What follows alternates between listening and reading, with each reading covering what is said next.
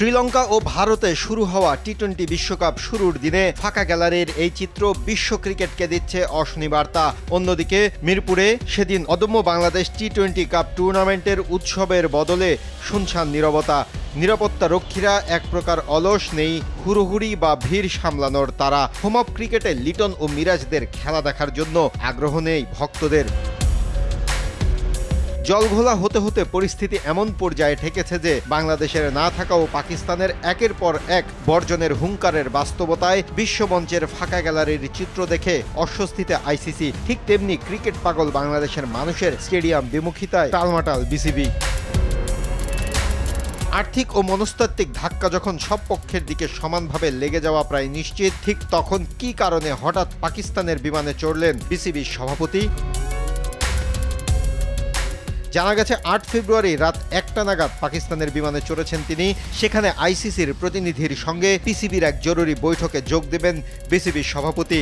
সেখানে সম্ভাব্য কোন কোন বিষয়ে আলাপ হবে তা সুনির্দিষ্ট করে না জানা গেলেও এটি নিশ্চিত, চলমান টালমাটাল অবস্থা ও জটিলতা নিরসনে দুই বোর্ডের সঙ্গে হচ্ছে আইসিসির এই আলাপ।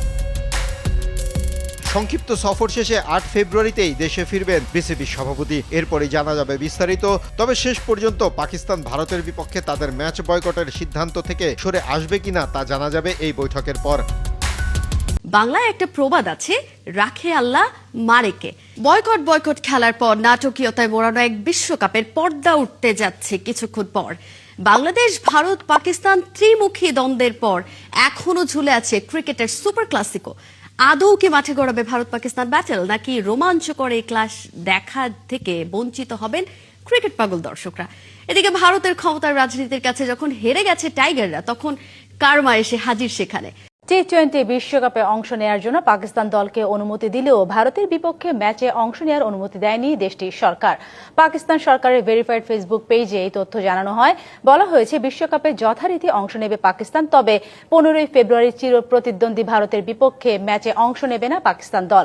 বাংলাদেশের সাথে আইসিসির বৈষম্যমূলক আচরণের প্রতিবাদে পাকিস্তান বিশ্বকাপে অংশ নেবে কিনা সে বিষয়ে চূড়ান্ত সিদ্ধান্ত নিতে এক সপ্তাহ সময় নেয় দেশটির সরকার। সেই সিদ্ধান্ত এলো রবিবার। ফ্র্যাঞ্চাইজির বিশ্ব মঞ্চে এখন বড় নাম মুস্তাফিজুর রহমান। আইপিএলে বিকিয়েছেন 12.5 কোটি টাকায়। আইপিএলে দুর্দান্ত পারফরমেন্স করে যেন চোখে আঙুল দিয়ে দেখিয়ে দিচ্ছেন কেন এত দাম তার। দুবাই ক্যাপিটালসের হয়ে দুর্দান্ত ফিজ, 7 ম্যাচে পেয়েছেন 14 উইকেট। টুর্নামেন্টের সর্বোচ্চ উইকেট শিকারীদের তালিকায় দ্বিতীয়তেই আছেন কাটার মাস্টার।